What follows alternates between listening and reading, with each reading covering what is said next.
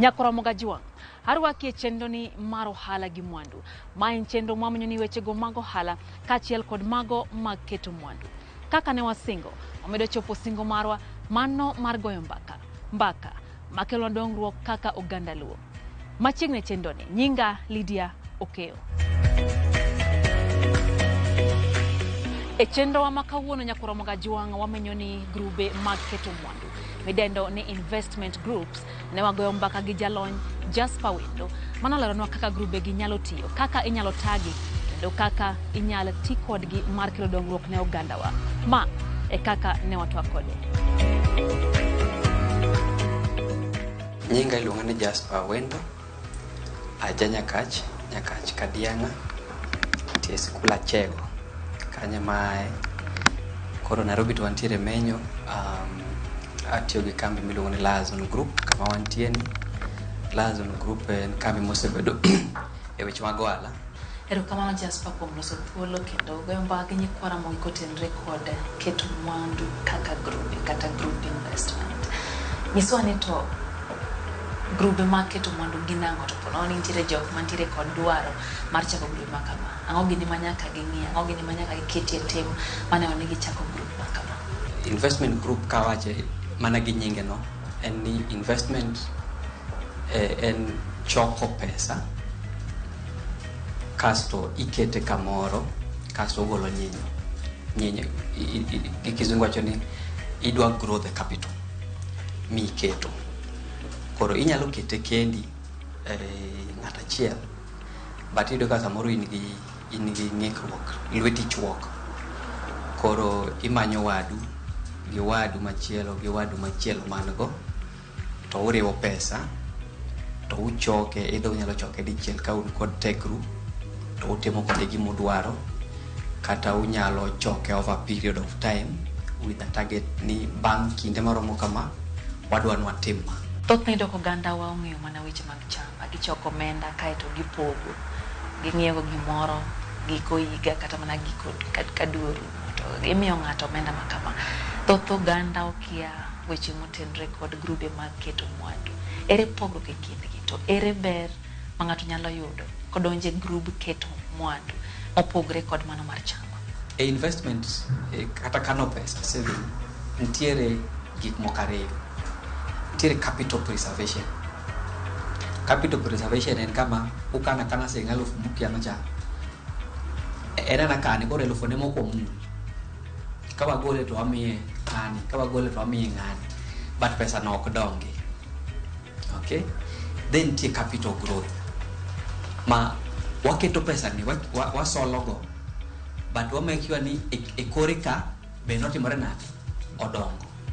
Okay? Koro ntie pogruok. Eno kaka cham mag mine ahinya mantie yoda kaluo kuchocho. Edo ka wachoko kaso miyo namba 2 ji kwanyo namba. Kendo chak wachoko miyo ngane namba 3. Kaso edo kodhi ongi godo sani gi thamos. Kendo chak wachoko kendo chak aloro kamano. Manyiso ni pesa ni chutho pesa ni okdongi. Okay?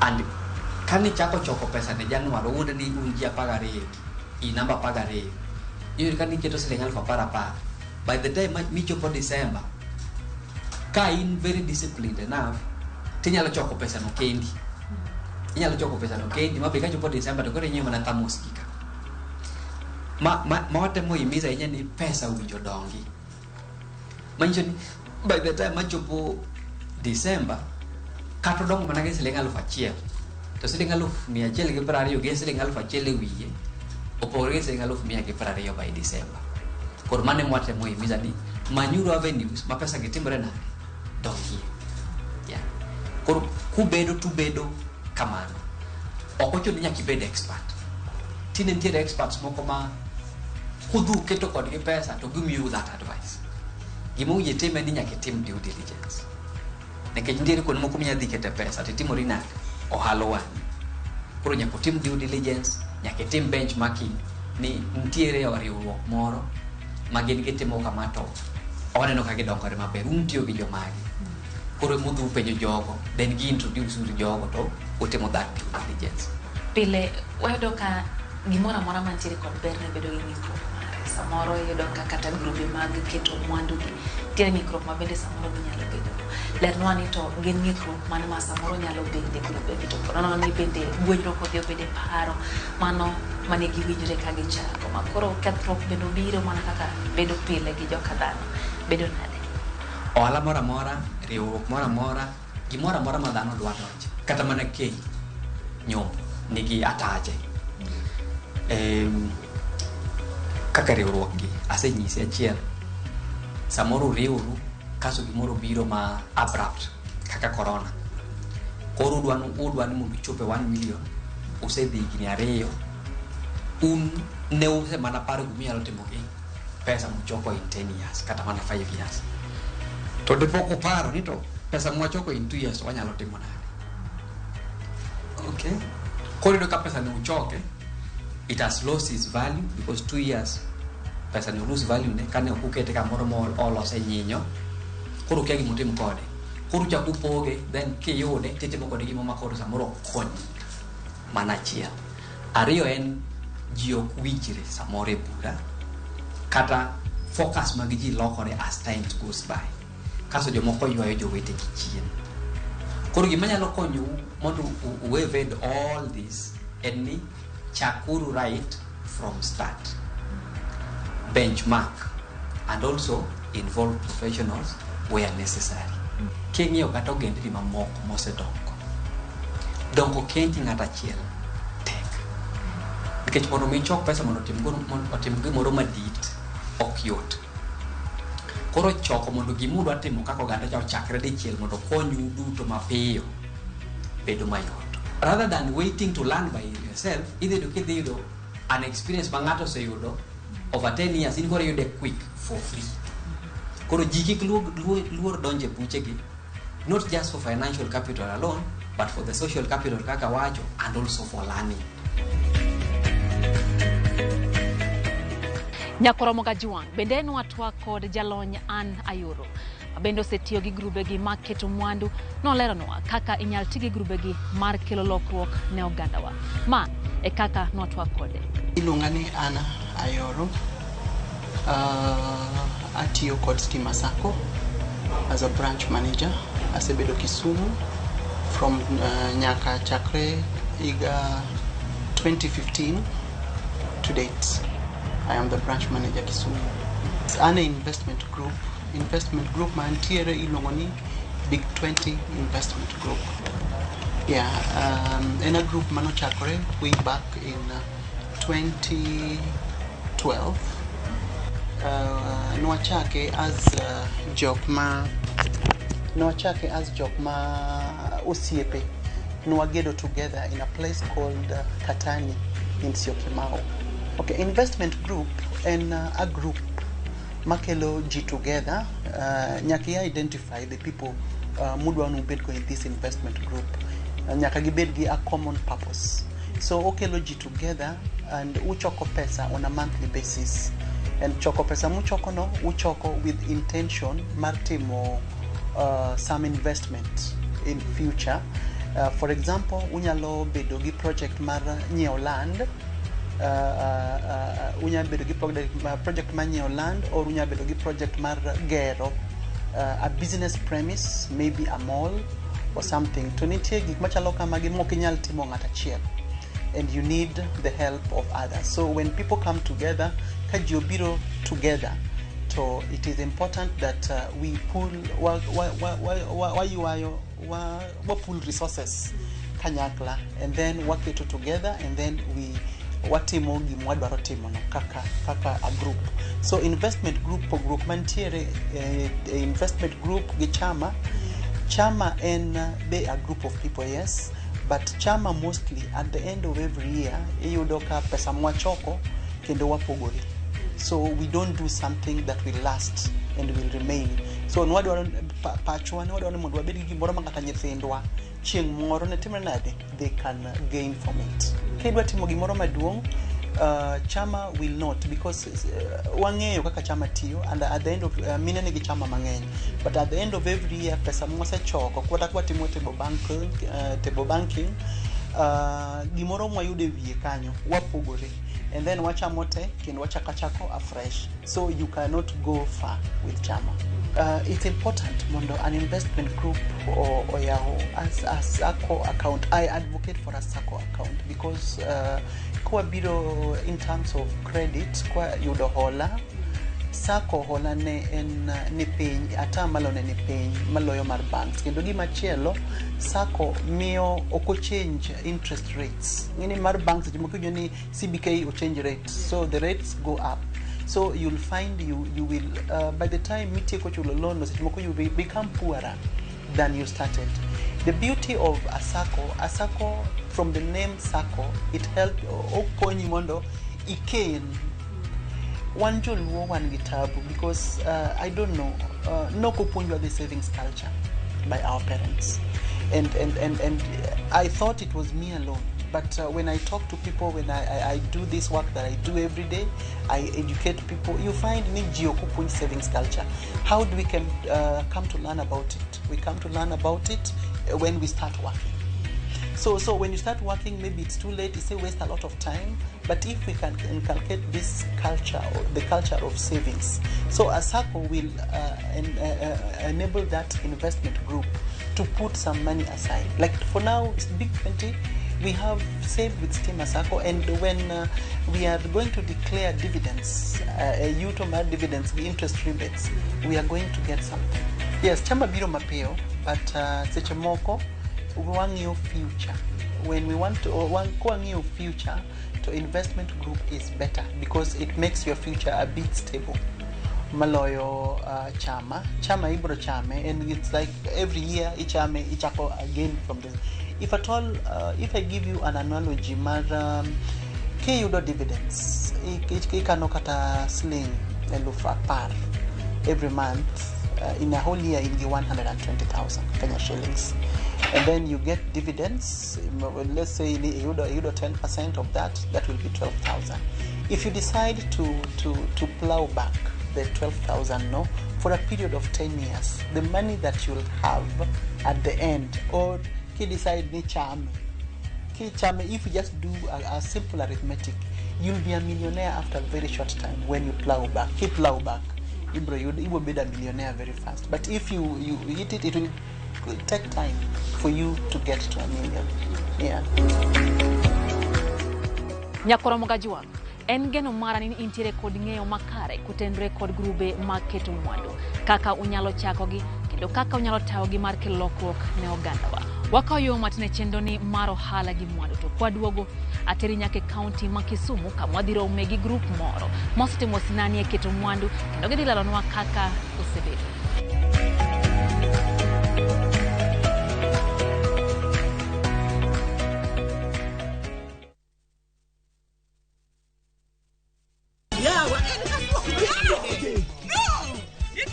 E piny mamor ting'o loch.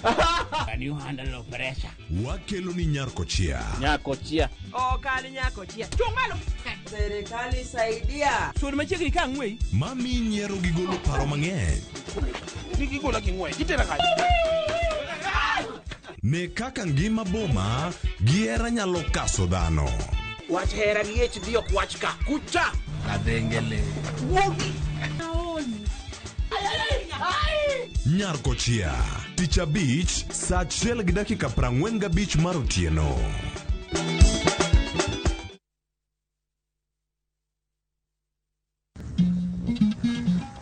Oganda en kitgi.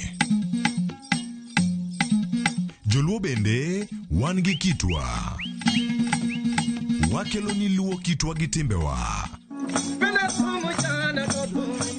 E chenro mar 111 ngeso ka ngeso saa 1:45 mar otieno gi Rabala Kwasi Owad gi Rajabu.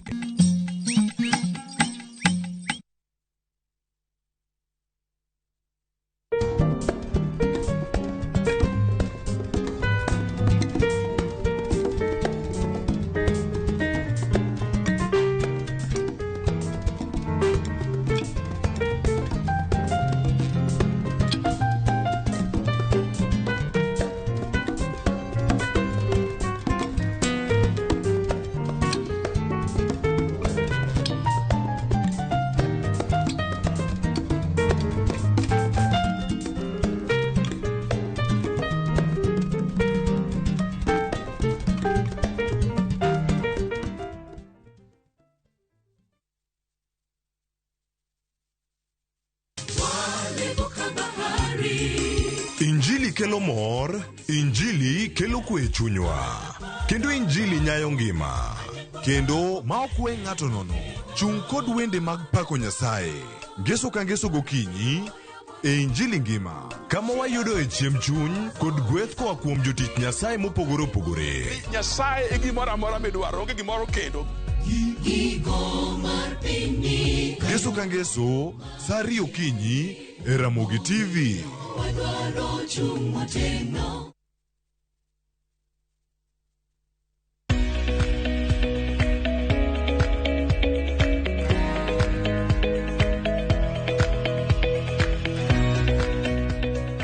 Machiegni kendo nyakoro monga juang e chendo ni mar ohala gi mwandu. En geno mara ni pod intiere kodwa e chendo ni e wang' jowi mari miero mar Ramogi TV.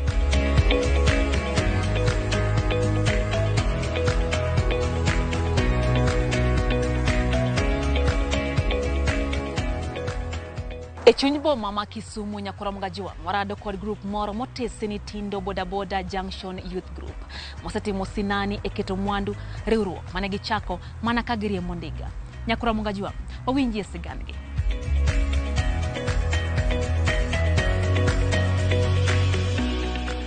Project maduong jiteo go 1000 kaka chik dwarore. Only one person will exceed 1000. Waya ng'uono ne jowa, ng'at madwaro 10,000 oyud room, ng'at madwaro 5,000 oyud room, ng'at madwaro 3,000 oyud room, to mana ka waduto te wane level adi. Bura ma kawuono bire kae ni ma en Tindo Junction Bodaboda Youth Group wasabedo kae kuom muda maderom higni 10. Wasatemo dhirore kode kamano kaluwore gachiel ariyo adek mane wadwaro in life. Apane bodaboda ka onge riwruok to kuma dhiye gi bodaboda onge. Koro mano nomiyo nwabedo piny kaka joluo kata kaka jo bodaboda ma jongware ma ji achiel ariyo adek ochaye. Koro nwabiro mondo wabed gi new style. New style wani nabiro nang'o? Nobiro mana through riwruok. Koro wasabedo kode kamano kuom higni 10 ma buche mang'eny yawo tokwa kato lwar.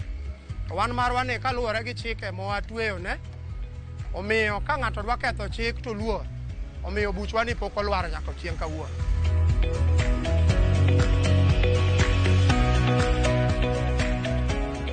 Burani adonje 2019. Aparo ne ma hika mar adek nyaka nadonje burane. Adonjo 2019 kadhi rumo, that is December. To so far ma hika mar adek nya chako hika mar adek kendo sani koro an gi pikipiki. Kana donje bura kae gima nokele bura kae sana sana kaka ne giendelea emomiyo nadonje bura ka. Mano ne kit kungo mane gikungo. Nikech ka ne ng'iyo tiyudo ka ng'ato ne niga pikon. Koro ambe lekna ne en mondo mi abed ga pikon. To kana donjo ka dieri to ambe nadonje kungo mane gikungo go. To kwa hakika kaka nadonje kungo mane gikungo go nokukawo kata 1 year. In less than 1 year nasebedo gi thuolo mar yudo pikipiki na masani aringo goni.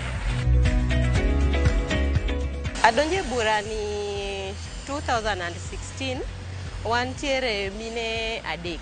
Pesa mochango dwe ka dwe ni aseyude to osekonya ni aseyawo kode ohala to moro bende nwakawo matin bende nadhi magero godo ot. Ajiwo jowa duto te mantiere Kenya mzima ne kamora mora ma intiere gi tich mora mora mitimo. Mokwongo adwa nakwaw mondo gimora mora mitimo ikete mijingo tim giro ka imanisha. Kech gini kiporo ni bedo gi mijingo kungo nyalo miyo kaka ana yudore sekta mar bodaboda. Kungo mana kungo go bang' thuolo moro omiya bedo gi pikipiki mamara. Koro ajiwo jowa duto mantiere area mopogore opogore. Kik idewa sekta ma intiere. Bedi ti tuonri to iket gi mkakati maber gimidware ngimani. Kiketo Nyasaye mbele gi kungo gi tich mitie iketo imiye lwet Nyasaye to gimora mora iyudo. Aparo ne gisani pikipiki ma wasanyiewo ne members te en pikipiki 30 gi sama wuoye kodini wan gi pikipiki 30 mano wasanyiewo ne all members mantiere ka. Mar ariyo paro ma Mar ariyo en wainua kata wa empower members wa. Wamiyogi wachoko pesa every week sani ng'ato ka ng'ato golo 570 ni plus 30 mar welfare waketi agula achiel koro en 600 every week. Kuom ji 30 wabedo gi pesa moro mabet ber. Koro kuom mano wamiyo members siling 127,000 ma inyalo dhi to ichak go biashara moko. Ma jowa moko osechako biashara, jokwa moko osebet e duka, kata king'iyo bathe kacha M-Pesa mantiere kanyo no mano member oyawo biashache. Koro sani wamiyo ji 127. Kopogore gi mano, wan gi paro ne wasariembo pikipiki gi muda. To pikipiki gi koyo kaluwore ga achiel ariyo adek matimore. Waneno ni sani koro wadwa advance. Wawuoge pikipiki ni wadhi e gine. Koro sani nitiere members matin nikech kidwa chako gimoro to kichake matek. Nitiere members 10 masagolo ji 20 ji 30 gi. Members gi sani golo siling 300 per day. 300 per day ni en paro ne mondo mi wa advance wawuoge pikipiki ni wadhi e gari. Nikech kuming'eyo maber mitimruok nade emirieyo. Wan wasabudhe transport sector. Koro ng'iso ne wan koro waneno ne koro kwuok ka to red bus mantiere kae gi. Wambe koro wadwa on gi mondo wayaw sako wa makoro jogwa moko. Koro wan ema koro wa register gi ka profit mayudore sako ka mondo mi koro wapuonji go nyithindwa gi. Koro ka gibiro to gin kich koro kik gilo baba ne jangware oyud ka ntiere wasa jam start gi. The encouragement mayudo kuomgi en ni jogi aseneno kaka tiyo matek. Koro ing'e ni sama ng'ato tiyo matek to in bende digombo mondo ibed kaka ng'ato en. Koro gichalo kaka mentor me kama gin bende I look up to them. Emomiyo koro aneno ni mondo ambe ariwra kodgi mondo wadhi uru kanyakla, wadhi kamoro achiel.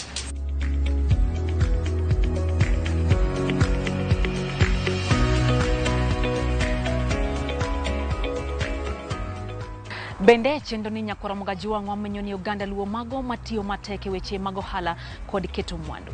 E chuny boma ma Nairobi, waromo kod Joseph Ugo, ma jahigni 71, oseketo sinani e timo ohala e chuny boma ma Nairobi. Nyakora Ramogi Joseph Ugo en ja ohala marwa mar juma. Inga iluongo ni Joseph Ugo kelo en babawa. Aja South game kanyikwaya kamoro na luoro. Nyuol mara onyuola higa mar 1952. Masani an gigni 71. Dari en achako go siling 200. Manawaro ga dari korumo kore kadhi aomo. Bochopo kama koro anyalo omo dari 20. Ohala mar siling 200 nonyuolo 2,000. Koro aomo go ohala, aomo ga dari tauso, mane kama nachake ohala ba chope. Koro sama waloso gani an gi paro kata dwaro ka Nyasaye oyie mar mondo aom dari go agolo oko takela use wholesale.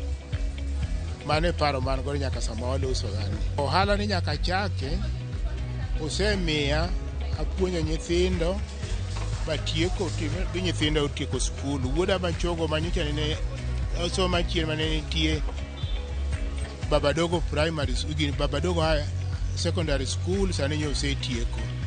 Tapuonyo mnago ohala ni. Pro challenges manitiyo ohala mar street, jo mang'eny dwaro bei mapiny, ok giyie bei mamalo. Kiwacho ne gi bei mamalo to giparo ni iwang'ogi, to ok iwang'gi nikech iwarogi. Koro mane challenges maduong', lakini ka onge bei modok piny to ohala wan godo maber. Gima daher nyiso kijandewa kata nyithindwa masani, gibed jogo matiyo matek. E seche mitiyo matek, Nyasaye ok nyal weyi makomi gimidwaro kata gimiloko. Wawek bedo nyithindo mohero kwecho, ohero gik nono, mano ok bi konyogi e future. Nyaka ibed gi gimoro mimako manyalo konyi e future. Nyalo konyi kata koro in gi ot, nyalo konyi kata kibende in gi ng'ama ikonyo, tinwang'o kama iresore ni an go handa makama, ma kapono na uso gima kama, tabro loso gima kama, kata nyalo konyo gima kama. To kibeda bana ni nie street, onge gima nyalo konyo kata chiel nikech ionge kod adiera gimiloso. Mapiyo piyo nyakora Ramogi waringo wadhi nyaka chirni ma pachoka mondo wang'ie be chiemo mopogore opogore.